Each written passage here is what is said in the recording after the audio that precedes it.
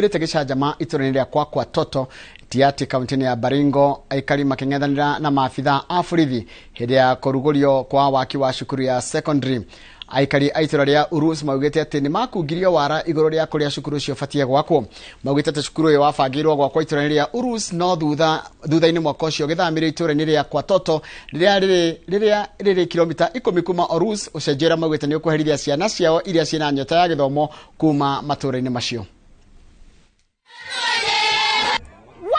Watoto wametuharibia jina kwa sababu hao wanakuja kufundisha watu wa watoto wanasema ni Urus. Instead of Urus wanasema ni watoto. Sisi tunataka jina yetu iwe haki yetu. Kwa sababu huko ni Urus na ni Urus.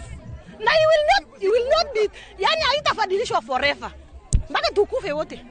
Tuliwaambia mara si moja. Miezi karibu 3 sasa hii tuliwaambia wabadilishe jina kama wameamua kuchukua shule.